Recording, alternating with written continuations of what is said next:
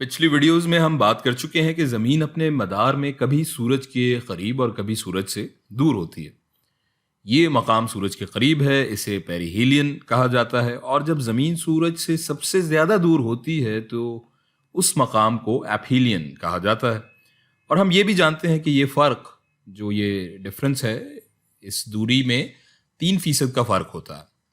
جب ہم پیری ہیلین میں ہوتے ہیں تو ہمیں سورج سے سب سے زیادہ توانائی ملتی ہے، یعنی جب ہمارے پاس شمالی نصف کرے میں موسم سرما ہوتا ہے اور جنوبی نصف کرے میں گرمیاں ہوتی ہیں، تو یہ یہاں جنوری میں ہوتا ہے، جبکہ ایپہیلین جولائی میں ہوتا ہے، جب جنوبی نصف کرے میں موسم سرما ہوتا ہے۔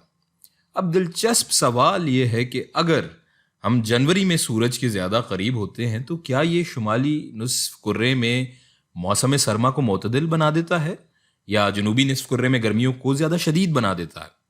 اسی طرح جولائی میں جب ہم سورج سے سب سے زیادہ دور ہوتے ہیں تو کیا یہ شمالی نصف کرے میں گرمیوں کو معتدل بنا دیتا ہے یا جنوبی نصف کرے کے موسم سرما کو زیادہ شدید بنا دیتا ہے؟ اس کا سادہ سا جواب یہ ہے کہ نہیں، ایسا نہیں ہوتا۔ لیکن بات یہاں ختم نہیں ہوتی، بلکہ سائنس میں، فزکس میں تو یہاں سے شروع ہوتی ہے کہ بھئی اگر ایسا ہے تو کیوں اور کیسے؟ اس کی وجہ یہ ہے کہ جنوبی نصف کرے میں شمالی نصف کرے کے مقابلے میں پانی کہیں زیادہ ہے۔ یہ دیکھیں، اگر آپ ایکویٹر کے نیچے، کیمسٹری میں آپ نے سیکھا ہوگا کہ پانی کی اسپیسیفک ہیٹ یا مخصوص حرارت زیادہ ہوتی ہے۔ اس لیے زمین کی سطح کے مقابلے میں پانی کا درجہ حرارت بڑھانے کے لیے اسے زیادہ توانائی اور زیادہ حرارت درکار ہوتی ہے۔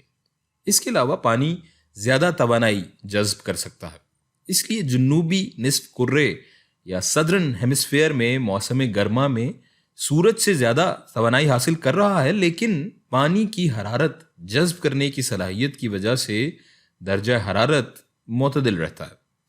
اور یہ بھی سچ ہے کہ انٹارکٹیکا قطب شمالی سے زیادہ ٹھنڈا ہے، چونکہ قطب شمالی زمین پر ہے اور انٹارکٹک یا آرکٹک سرکل سمندر کے مرکز میں ایک اونچائی پر برف کی چادر یا آئس شیٹ کے طور پر موجود ہے، اور اس کا سورج سے دور ہونا بھی اس کی بہرحال ایک وجہ ہے۔